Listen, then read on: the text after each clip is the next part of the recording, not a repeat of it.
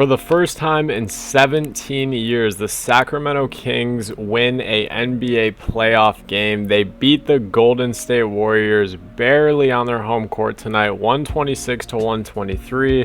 We're also going to talk a little bit about the Knicks and Cavs game, but primarily this video is going to be about the Warriors and Kings. Andrew Wiggins caused so much pain to so many Warriors fans and viewers of this game as he missed the go-ahead potential game-winning three. It was a wide open look with about 7 seconds left in the left corner. De'Aaron Fox was absolutely brilliant this game, especially in that fourth quarter. We saw a lot of great minutes from Malik Monk as well. There is a ton to unpack in this game, guys, but before we do, I do just want to say thank you so much for the support on the recent videos. We are on the road to 2,000 subscribers, and we are going to be constantly uploading through this NBA playoffs. So if you're new here and do want to support the channel, please be sure to consider hitting that subscribe button. Without further ado, let's get straight into this video talking about the Sacramento Kings. First and foremost, De'Aaron Fox and Malik Monk combined for 70 points tonight. An absolutely astonishing performance from Malik Monk off the bench tonight. Perfect from the free throw line as he shot 14 for 14 and tremendously efficient everywhere else as he went 8 for 13 from the field and 2 for 3 from downtown. He also grabbed 2 rebounds and had 2 assists tonight.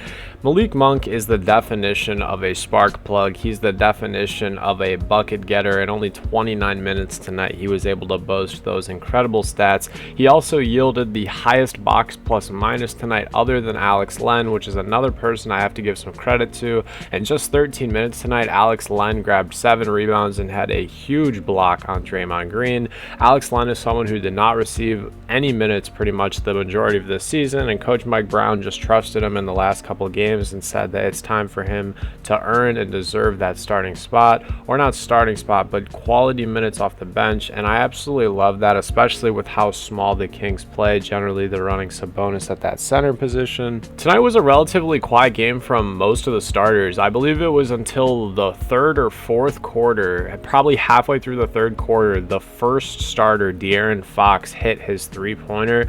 It was just really interesting. Normally, we're seeing Keegan Murray and Harrison Barnes and Kevin Huerter all knock down their three-pointers tonight, but Kevin Huerter, Keegan Murray, and Harrison Barnes tonight went a combined 1 for 11 from downtown. I thought that was super interesting that even though the Kings shot very shoddy tonight, they were able to just pull this game out, and I obviously believe that the biggest X factor or biggest, decision maker in this game was just De'Aaron Fox and his remarkable fourth quarter performance. I think for the majority of the season, if not majority, then the entirety of the season, De'Aaron Fox has been known as the best or one of the best fourth quarter / clutch performers in this league. And on the biggest stage with over 20,000 people packed in that Sacramento Kings arena, we just saw him absolutely shine tonight. This was just an absolute great win from the Kings. Shout out Domantas Sabonis through playing through that injury. I know he's been playing through it for most of this season, but tonight he finished with 12 points and grabbed 16 huge rebounds, including 5 offensive rebounds.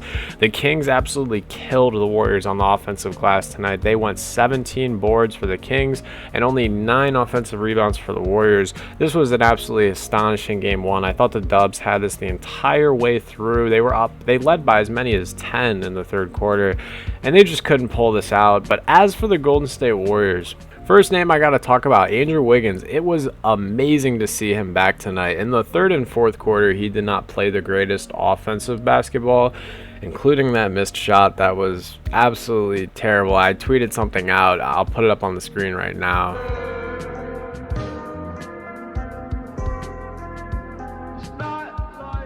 If you guys don't follow me on Twitter, by the way, I am going to be tweeting through the majority of these games, especially during the playoff time. It's mostly just nonsense, but it's in the description if you guys do want to check it out.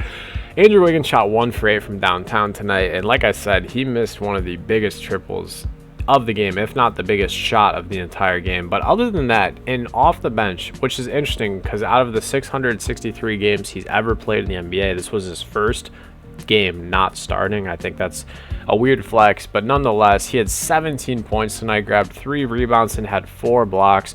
We saw him out there like he never even missed a game. I mean, his conditioning was great. His defensive capability on De'Aaron Fox and or Malik Monk was just absolutely amazing. He's a big reason that Harrison Barnes had a really quiet game tonight. I think Andrew Wiggins' anticipation on the glass, whether that's getting boards or tip-ins, is just something that can't be measured in stats. And Andrew Wiggins is a hell of a player. Steph Curry tonight looked absolutely amazing. I mean, the difference when he's on the floor and off the floor, I believe it was plus 10 when he's on the floor and minus 15 when he's off the floor. Tonight, he finished with 30 points, made 6 three-pointers, grabbed 6 boards, dished out some assists. He did turn the ball over kind of a lot, and I think that's just finding the footing with getting Gary Payton and Andrew Wiggins back in the game. There was some sloppy shots. There was also a lot of shots Klay Thompson took tonight that I wasn't really a fan of, but he still had a pretty decent game nonetheless. I don't really want to beat up on the Warriors too bad because, like I said, this is one of those games where the chemistry is clearly kind of rejuvenating. All in all, even though it was a loss, it was a really solid game for the Warriors. Draymond Green tonight did absolutely amazing facilitating the ball, playing defense, grabbing rebounds. He almost had a double-double without even the points. He had 11 assists and 9 rebounds tonight. He also did a hell of a job. Him and Wiggins both did a hell of a job defending Domantas Sabonis. This was just a really, really, really great game, and it had playoff vibes written all over it. I'm really proud of the Kings. Congratulations, you guys. I'm sure the beam is lighting so bright in Sacramento, and it's probably going to take people hours to get home with how many people were in that arena. All in all, just a fantastic game to finish an amazing slate of Saturday night NBA games. I'm really looking forward to Sunday's slate. As for the Knicks and Cavs, I'm just going to touch on this one very briefly. I'm not going to spend too much time digging deep into either one. I just want to say this was a very interesting game officiating-wise. There was a couple elbows that Julius Randle gave to the Cavs that were not called flagrants that I think 9 times out of 10 they would be called flagrants otherwise. I'm really impressed with Tom Thibodeau's ability to stretch this lineup. One of my biggest gripes on my prediction videos I got in the comments was that the Knicks are a lot deeper than the Cavs, and that's just me not watching enough New York basketball, and I'm just going to admit that. I watched a decent amount of Kings, but post the deadline, post the acquisition of Josh Hart, I probably watched maybe 2 to 5 Knicks games, and I really did not expect to see Tibbs play this many players off the bench this many minutes. I mean, I was expecting each starter to play 40, and not a single starter cracked over 34 minutes. I mean, absolutely impressive job tonight by Tom Thibodeau and the New York Knicks as a whole to come out and steal this first game in Cleveland. I heard something really awesome on the call tonight, that the second option is the best option in the playoffs, and I think that makes so much sense when you're throwing all your bodies at Julius Randle and forcing him to go 7 and 20 and then 3 for 10 from the field. It's very expected to see a game where Jalen Brunson tonight tears you apart on the scoring and offensive ability and the facilitating aspect. I mean, there's a reason why Jalen Brunson excelled so tremendously in the Dallas Mavericks run in the previous year, because all these bodies are getting thrown at Luka Doncic. And like they said on the call, the second option is the best option. Tonight, RJ Barrett looked pretty terrible efficiency-wise, and Josh Hart looked absolutely amazing off the bench. 17 big points, 10 even bigger rebounds. 5 of those rebounds were offensive. Knicks did a great job capitalizing on second chance points. I'm really proud of New York. As for the Cavs, you guys totally let a lot of people down tonight.